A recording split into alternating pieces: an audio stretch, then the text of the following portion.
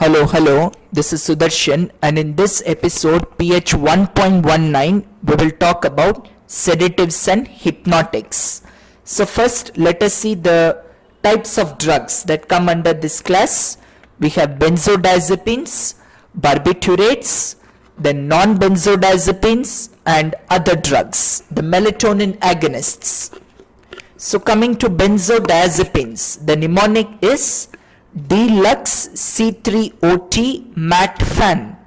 So let us see, DE as in diazepam, Lux as in lorazepam, then the three C's, clonazepam, clobazam, chlordiazepoxide, O as in oxazepam, then T as in temazepam, then M is midazolam, A for alprazolam, the second T is for triazolam, then FA is flurazepam and N is nitrazepam. So in general, please remember, benzodiazepines will have the zepam or zolam suffix.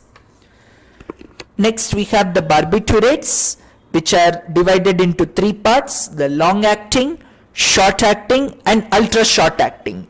Long acting phenobarbital, short acting pentobarbital, ultra short even more fast thiopentone sodium and methohexatone. And non-benzodiazepines like zolpidem, zopiclone, zaleplon, the three Z's, okay, and ezopiclone. And others, the melatonin agonists, in that ramelteon, tasimelteon, agomelatine, then suvorexant.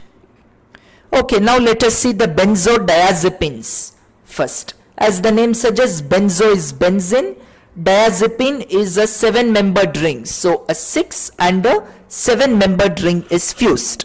And the mechanism of action, very important.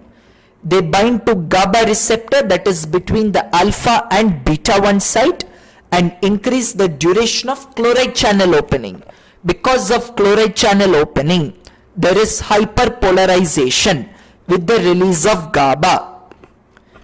Yes, and with the uses, the mnemonic is AC diazepam, A for alcohol withdrawal, C for conscious sedation, D for diagnostic and minor operative procedures, I for insomnia, A for anticonvulsant, ZE blank, then P for pre-anesthetic medication, A is anxiolytic and M is muscle relaxant.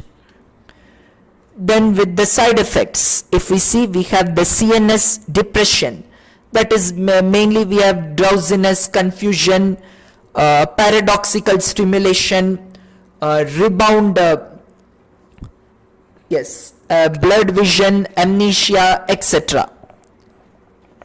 Yes, and then also it can lead to respiratory distress, floppy baby syndrome, right? Yes, and these drugs can also cause irritation in the veins, and they may also be used in dental procedures as well.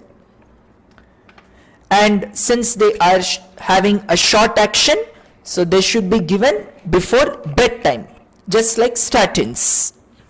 And next week, and the antidote for benzodiazepine poisoning, very important, flumazenil. Next, barbiturates. The mechanism of action very similar to benzodiazepines, but a very important difference is that in barbiturates the duration of the chloride channel is more. So this is very important. And the uses same as that of the benzodiazepines. And coming to the side effects, we have CNS and respiratory depression, apart from that hypersensitivity reaction, that is skin rashes mainly. And then we have physical and psychological dependence, just like what morphine causes. And then it can lead to megaloblastic anemia, then acute intermittent porphyria, right? And it is contraindicated mainly to treat acute intermittent porphyria or jaundice. And with the drug interactions, barbiturates will interact with the oral contraceptives, the oral anticoagulants like warfarin, and oral hypoglycemic drugs. And the antidote for treatment of barbiturate poisoning is sodium bicarbonate, that is NaHCO3. Next, non-benzodiazepines, the 3 Z's and azopiclone we have. The mechanism of action, it binds to benzodiazepine 1 or BZ1 receptor on the GABA, and because of that it opens the chloride channel, causes hyperpolarization and then CNS depression. Side effects again, GI distress, respiratory distress, CNS depression, or mainly there will be sometimes even insomnia, confusion, paradoxical stimulation, etc. And these drugs also have a short half-life. Flumazenil can also be given for reversal.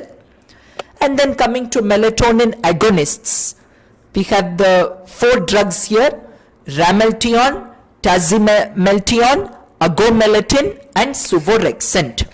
So mainly they act on the melatonin receptors. So mainly melatonin is to control the circadian rhythm, that is the sleep-wake-up cycle. So that is the mechanism of action. And with the uses, it's used in insomnia mainly.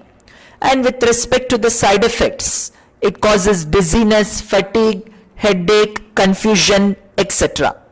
And contraindications, especially Suvorexant, it is contraindicated in narcolepsy, where there is an uncontrolled sleep. And with the drug interactions, it should not be given with SSRIs like fluoxamine, because it induces the enzyme CYP1A2 or cytochrome P1A2. So that is all about the sedatives and hypnotics. So thank you so much. We'll see in the next lesson.